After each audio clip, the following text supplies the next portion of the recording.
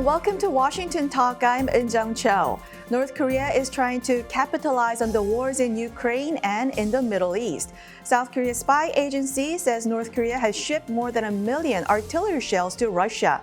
North Korean-made rocket-propelled grenades and artillery shells are also found in the hands of the Hamas militants. Today, we discuss the impact of these two conflicts on the Korean Peninsula.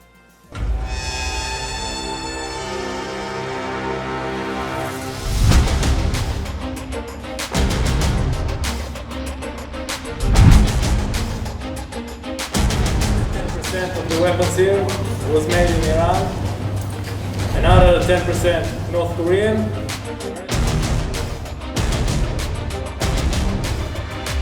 Well, so Hamas is a brutal terrorist organization, and we oppose anyone providing them with anything they can use to carry out their terrorist activity.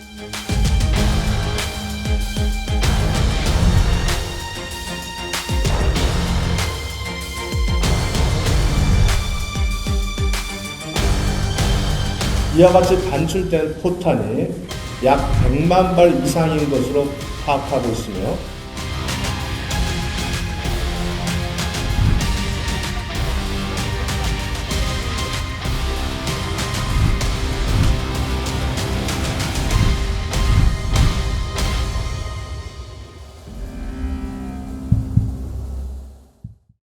In the studio with me, Dr. Michael O. Hanlon, a senior fellow and director of research in foreign policy at the Brookings Institution. He also serves as a member of the Defense Policy Board at the U.S. Department of Defense. He is the author of The Crisis on the Korean Peninsula. Also joining us, Colonel David Maxwell, the Vice President of the Center for Asia-Pacific Strategy. Colonel Maxwell was a former military planner for the Iraq U.S. Combined Forces Command. Welcome to Washington Talk. Nice to be here, Eun-Jung. Thank you. Great to be here. Colonel Maxwell, North Korea's ambassador to the UN, Kim Song, rejected VOA's reports that Hamas militants were using North Korea-made weapons. However, Israeli military has displayed the rocket-propelled grenades produced by North Korea, and South Korea's Joint Chief of Staff said Hamas may have used 122mm artillery shells supplied by North Korea. Aren't there many previous cases where North Korea supplied weapons to the militants in the Middle East, including the Hezbollah? Yes, I think it's well documented how much North Korea proliferates weapons, training, advice to conflict areas in the Middle East and in Africa. And this has been well documented over time. In addition to the RPGs mentioned, the 122 anti-tank, laser-guided anti-tank missile, the Bolse was also shown. And North Korea has been shipping weapons to Iran, Hezbollah, and of course Hamas. And in addition to weapons, we're also seeing technical advice to Hezbollah in building the tunnels in the north. And it's likely that Hamas received technical assistance to building some 300 miles of tunnels. What we should take away from this is North Korea is not isolated on the geographic Korean Peninsula. It has its tentacles all around the world. It's doing this to raise money, primarily, but also, as we're seeing, I think Kim Jong-un is really trying to demonstrate that he's well connected with China, Russia, Iran, and is trying to be a player in the international community. Dr. Oh Hanlon, South Korea's National Intelligence Service says that Kim Jong-un appears to have made orders to his officials to make a wide range of support to the Palestinians. What does North Korea gain from supporting the Hamas? And would North Korean weapons supplied to the Hamas, would it make any big implications on the Israel-Hamas war? It's increasingly sort of a world of two axes. And historically, there were times where Russia and China would provide us with assistance at the UN to put sanctions on North Korea or Iran. Those days are long gone. The days when sometimes the great powers gang up on the rogue states, those days are gone. And North Korea has decided to put in its lot fully with friendly great powers, Russia and China, and then with other rogue or extremist organizations and states. And it sees this as all sort of an anti-Western coalition writ large. I don't think it cares about, who controls what part of Palestine.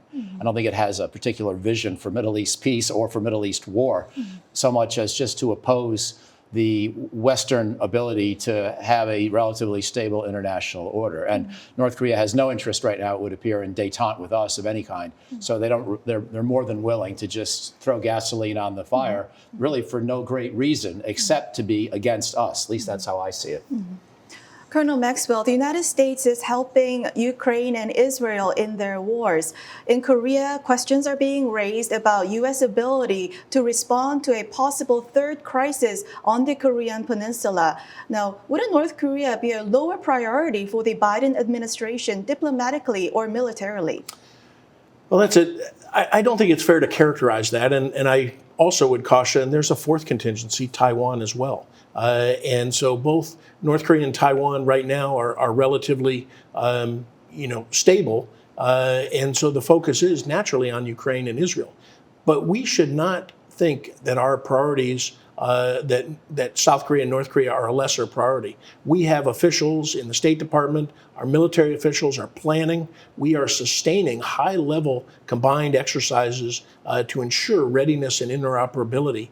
And diplomatically, we should not forget the Biden-Yoon summit, the trilateral summit in August with Japan, South Korea, and the U.S., and Secretary of State Blinken is traveling to South Korea next week. It is not a lower priority. It is just that other events are in the news and taking place. The U.S. government, U.S. military, the officials that deal with Korea are working hard to ensure diplomacy is in place, and most importantly, to ensure that we have a combined deterrent force with South Korean and U.S. military forces. I could add to that and agree fully with David's point, but I would also remind folks that if a war, heaven forbid, ever happened in Korea, it would become a higher priority for the United States than either the Ukraine crisis or the Gaza crisis right now, because we would be directly involved and because nuclear weapons could be used. So I think that, as you well know, Korea has been near the center of our war planning and our military strategy in the United States for decades.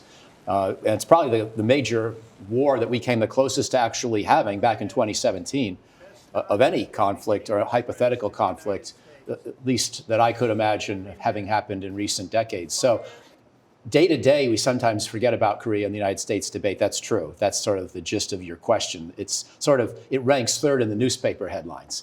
But if it becomes a hot war, it's number one. And of all these situations, Korea is a treaty ally.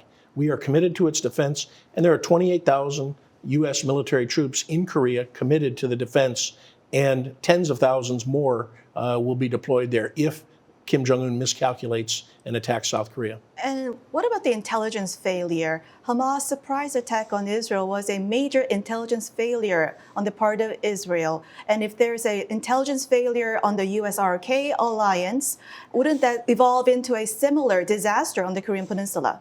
Well, I would say on that point that you're right, there always could be an intelligence failure. I mean, North Korea is in position to shoot right now. And yet we are in position to defend right now, the ROK-US alliance, because as you know, both sides are heavily fortified along that DMZ. There was nothing comparable along the fence between the Gaza Strip and Israel. And there was nothing comparable in northern Ukraine or Crimea or eastern Ukraine in recent years. So those wars essentially were without warning. And yes, they were intelligence failures in some cases, and not the Ukraine war, but the Gaza tragedy, the Israel tragedy of recent weeks. But in Korea, we're watching all the time, and we're ready to move and respond and defend all the time. It would not prevent the war from being devastating, but it would not provide North Korea with any opportunity for rapid aggression against a somehow unsuspecting alliance. I think we're watching constantly. But North Korea could fire hundreds of artillery in the first hour and also send in guerrillas into South Korea. That's true. So in that sense, they can do a fairly low warning or zero warning attack, but we're watching and we're ready to respond to those kinds of attacks. Again, there would be a lot of people who would die in such a tragedy, but I do not believe that South Korean territory would be at major risk, except from nuclear weapons bursts, which of course are hard to defend against. So if North Korea did that, a no-notice attack, artillery attack, and deployed SOF into South Korea, and if that's all they did, they would be defeated in short order. the intelligence read that we would get if they intend to really attack to win, they've got to reposition a number of forces. And as Michael said, we are watching that. So there are a number of indicators and warnings that we would see if they're going to execute their campaign plan to try to dominate the Korean Peninsula. So our intelligence will see that. But if they were to do a no-notice attack, yes, it would inflict tremendous damage on South Korea, the South Korean people, the infrastructure. But it would be quickly contained, and we would destroy the frontline artillery in very short order. And since they did not prepare to execute their full campaign plan, North Korea would be defeated. Colonel Maxwell, NIS also said that there are indications that North Korea wants to get aircrafts and fighter jets from Russia, and North Korea is particularly inferior when it comes to air power as opposed to US and RK alliance. But if North Korea gets such support from Russia, wouldn't that be a serious threat against US RK alliance? Well, they would have to get a lot of aircraft and have a lot of training and a lot of support to make it effective against the ROK-US combined air forces. Actually, I think if the Russians provide those MiGs, I can tell you that South Korean and US pilots will look at that as an opportunity because, as you said, North Korea's Air Force is so inferior. But the introduction of the MiGs will just provide targets to our pilots and more opportunities for ROK and US pilots to become aces. And frankly, unless they provide the training and the support, and unless North Korea can invest the fuel to train their pilots and to sustain pilots, you're going to have inferior, untrained pilots flying fairly capable aircraft. And again, they're just going to get shot down. Dr. Hanlon, Russia's such overt assistance to North Korea. Wouldn't that a good reason for South Korea to take a major action against the relationship between North Korea and Russia, because that leads to a security threat against South Korea? So shouldn't South Korea also think about some kind of retaliation against Russia? Well, I think the first retaliation none of this would be military, of course. I don't think that South Korea should start fighting Russia or even trying to interdict the provisioning of supply. But I think that South Korea could enthusiastically help Ukraine. We know that South Korea has been replenishing American artillery stores so that we can provide our own. And that way there's an indirect, cover for South Korea, if you will, if they really prefer not to be seen as directly engaging in this. And of course, no one's really fooled. We realize they're being very generous in helping the broader Western effort to support Ukraine, which we appreciate. But maybe they would be even more willing to provide weaponry directly and maybe even higher technology. For example, I think South Korean tanks are some of the best in the world. Yeah. And they don't require quite the amount of fuel, and they do a little better on softer surfaces because they're lighter. And so even though they were built really more for the hilly, mountainous Korean peninsula, they could be helpful in Ukraine as well. So that's the kind of step that I would counsel South Korea to think about if indeed there's proof of an intensified Russian help for North Korea. Dr. O'Hanlon, despite earlier announcement, North Korea did not launch its military reconnaissance satellite. And South Korean spy agency says that Russia may be supplying North Korea with technologies related to the reconnaissance satellite. Do you think that is currently going on? And would that help North Korea be more successful in its third launch? It could. North Korea is pretty good at rocketry, but Russia's better. And they've both been interested in further improving their capabilities. And so that would not surprise me in the least. In fact, one could argue that it would be a more logical military priority for North Korea than fighter aircraft, because it's potentially a game changer in terms of strategic deterrence.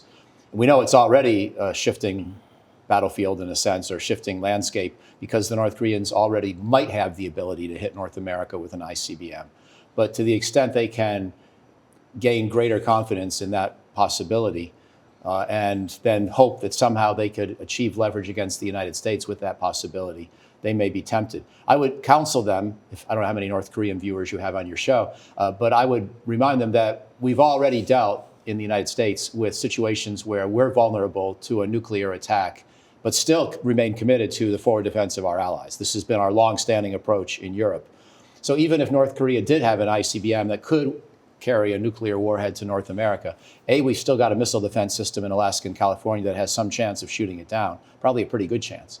Secondly, the North Korean ICBM could well fail because they haven't had many tests. But third, even if the ability to threaten us were credible and well documented, we would not back down in our commitment to South Korea. And so even though it could be in some ways a change in the landscape, I don't think it would somehow end the U.S. ROK alliance or our commitment to be a loyal partner and ally of South Korea.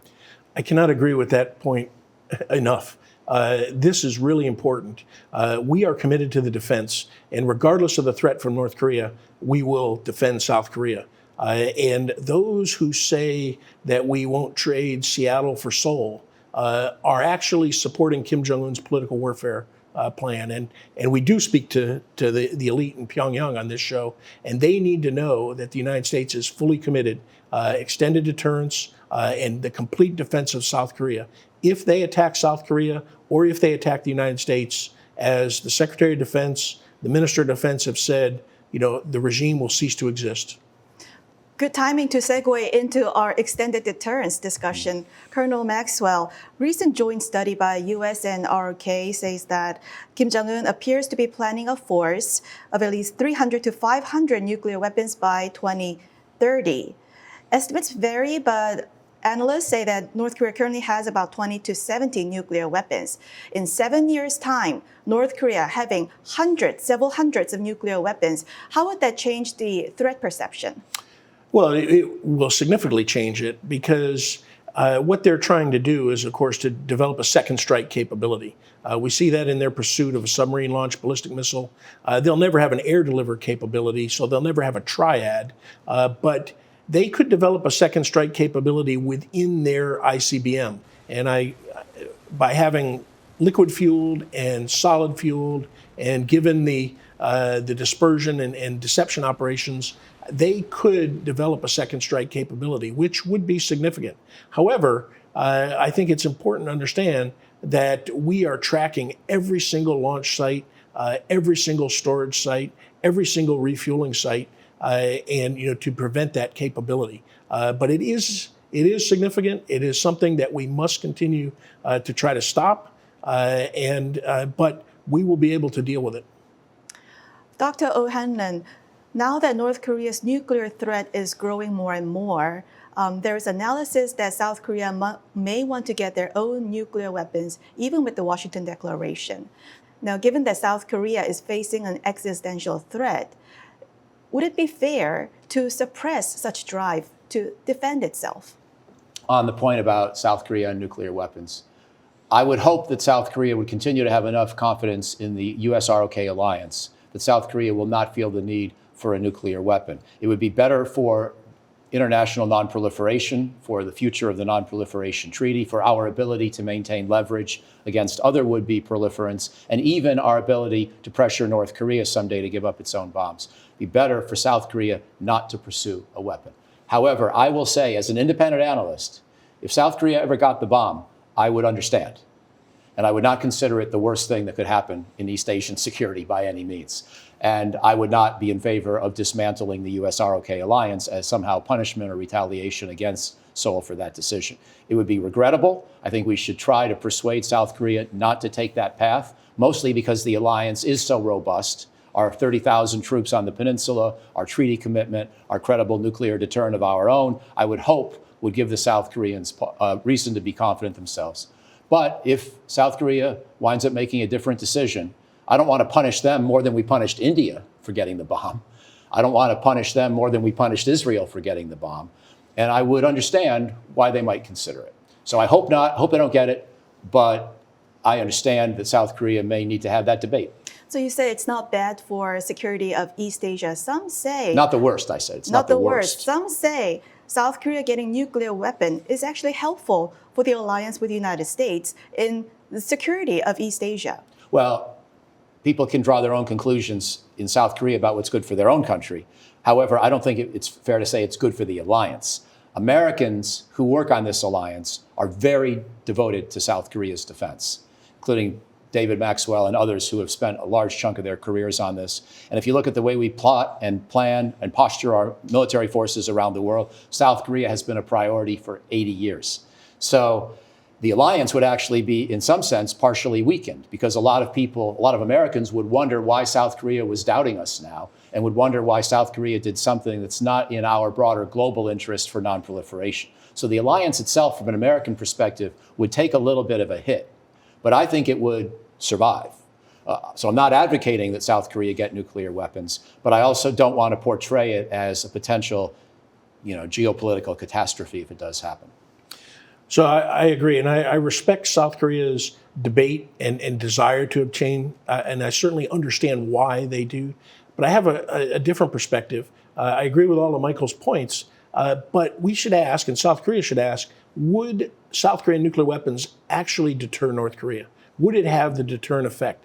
Second thing is, would nuclear weapons be a war winner for South Korea if North Korea attacked? And I think one of the things in the Washington Declaration that is coming to realization is that there is a need for more than nuclear weapons. We need a strong conventional capability to fight the war. And South Korea is developing those capabilities and should continue to develop those capabilities. And I agree with Michael in the end, though, our extended deterrence, our commitment to South Korea is absolute. It is strong. Colonel Maxwell, the Washington Declaration that you just mentioned about, there's criticism that it is still vague and does not lay out specific scenarios when the nuclear deterrence will be used. Same with the Nuclear Consultative Group. Yes, well, I think there's a lot of work going on behind the scenes. I think our nuclear planning and our nuclear capabilities are necessarily kept vague. I mean, they are secrets. Nuclear planning is done in secret. But there is a need for sufficient public awareness. And I think this is the tension that we have that is taking place. We need to be able to transmit to North Korea our absolute intention and our capabilities. And we need to inform South Korea, the South Korean public, that we are doing the work that South Korean and U.S. officials, military planners, are doing the work to ensure that South Korea is defended across the spectrum. But we are unlikely to ever release our decision-making criteria and our processes for how we're going to employ nuclear weapons because we can't reveal that to the enemy. But let me also add one more point, which I think is essential here. Also, I really want to echo David's point that we need flexibility in the decisions about the use of force. There really aren't prepackaged nuclear war plans for Korea that would be followed to the letter if and when the war happened, because presidents would decide, and I say presidents, two presidents. This would be the most important decision made in the history of the US-ROK alliance, whether to use nuclear weapons either preemptively or in response, and how to do so. And we know that US-ROK alliance takes orders from two presidents, Blue House and White House. And that's U.S. even president true. has the sole authority to make decision on U.S. nuclear weapons, and you say two presidents. I say two presidents because we're talking about an overall war plan that two presidents are responsible for. And I don't think an American president could use nuclear weapons in Korea in a way that the South Korean president fundamentally objected to. And I'm convinced they would decide together how to respond in the event of an actual attack. There are just too many scenarios for us to have this pre-baked. So, for example, we probably have some information about where we think some of North Korea's nuclear weapons are today. We don't know where they all are. They're too small to track. Now, the missiles, the big missiles, we probably know where most of those are. Even those, we may not know where all the. So we would try to preempt North Korean nuclear capability with conventional air power, figure out what's left, and then in that context, decide how and when, if at all, to use nuclear weapons. It has to be part of an integrated discussion about where we are in the war. Both presidents are in charge. Well, that's all the time we have for today. Colonel Maxwell, Dr. Hanlon, thank you very much for joining us. Thank you. And thank you for watching. We'll be back here next week with U.S. experts to discuss the two Koreas and the region right here from Washington.